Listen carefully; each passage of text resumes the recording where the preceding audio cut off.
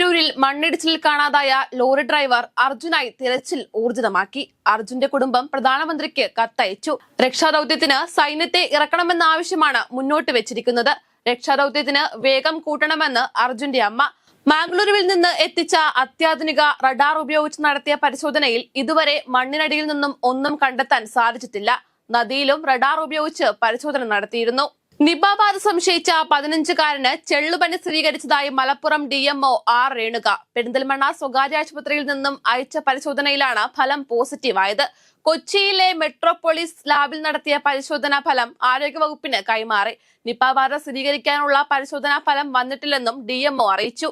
കോഴിക്കോട് സ്വകാര്യ ആശുപത്രിയിൽ ചികിത്സയിൽ കഴിയുന്ന 15-കാരനാണ് നിപ വൈറസ് ബാധ സംശയിക്കുന്നത്.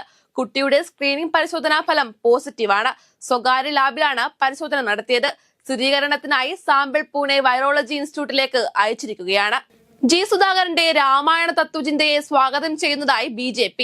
രാമായണത്തെക്കുറിച്ച് മാതൃഭൂമി പത്രത്തിൽ മികച്ച ലേഖനം എഴുതിയ G. സുധാകരനെ പിന്തുണയ്ക്കുന്നതായി BJP സംസ്ഥാന ഉപാധ്യക്ഷൻ B. ഗോപാലകൃഷ്ണൻ. രാമായണത്തെ ഇകഴ്ത്തി മാധ്യമം പത്രത്തിൽ വന്ന ലേഖനത്തിനെതിരെ നിയമ നടപടി സ്വീകരിക്കുമെന്നും B. ഗോപാലകൃഷ്ണൻ പറഞ്ഞു. സമൂഹത്തിൽ ഭിന്നിപ്പുണ്ടാക്കുന്ന ലേഖനമാണിതെന്നും ഗോപാലകൃഷ്ണൻ കൂട്ടിച്ചേർത്തു.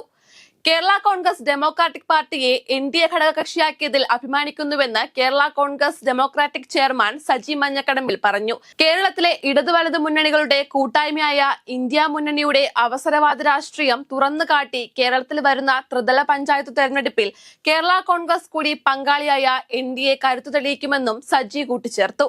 സംസ്ഥാനത്ത് കനത്ത മഴ തുടരുമെന്ന് കാലാവസ്ഥാ കേന്ദ്രത്തിന്റെ അറിയിപ്പ്. കോഴിക്കോട് മുതൽ കാസർഗോഡ് വരെയുള്ള വടക്കൻ ജില്ലകളിൽ ഇന്ന് ഓറഞ്ച് അലർട്ടാണ്.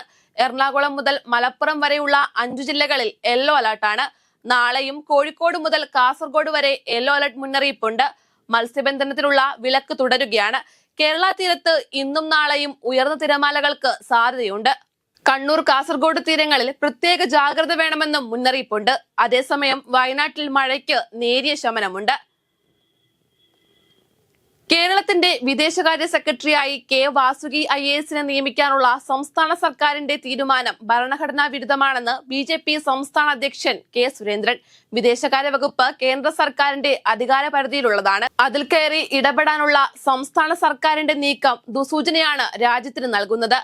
പിണറായി വിജയന് ഗൾഫ് രാജ്യങ്ങളിലുള്ള സാമ്പത്തിക ബന്ധത്തിന് കുടപിടിക്കാനാണോ വിദേശകാര്യ സെക്രട്ടറി നിയമനമെന്ന് അറിയേണ്ടതുണ്ടെന്നും സുരേന്ദ്രൻ പറഞ്ഞു. അടുത്ത വർഷത്തെ ഇന്ത്യൻ പ്രീമിയർ ലീഗിൽ യുവ Indian wicket keeper Rishabh Pant Chennai super കിങ്സിന്റെ ഭാഗമാകുമെന്ന് report. നിലവിൽ ഡൽഹി ക്യാപിറ്റൽസിന്റെ നായകനാണ് ഋഷഭ് പന്ത്. എന്നാൽ അടുത്ത വർഷത്തെ മെഗാ താരലേലത്തിന് മുമ്പായി താരത്തെ റിലീസ് ചെയ്യാനാണ് ടീം ഡയറക്ടർ സൗരവ് ഗാംഗുലിയുടെ പദ്ധതികളെന്നാണ് സൂചന.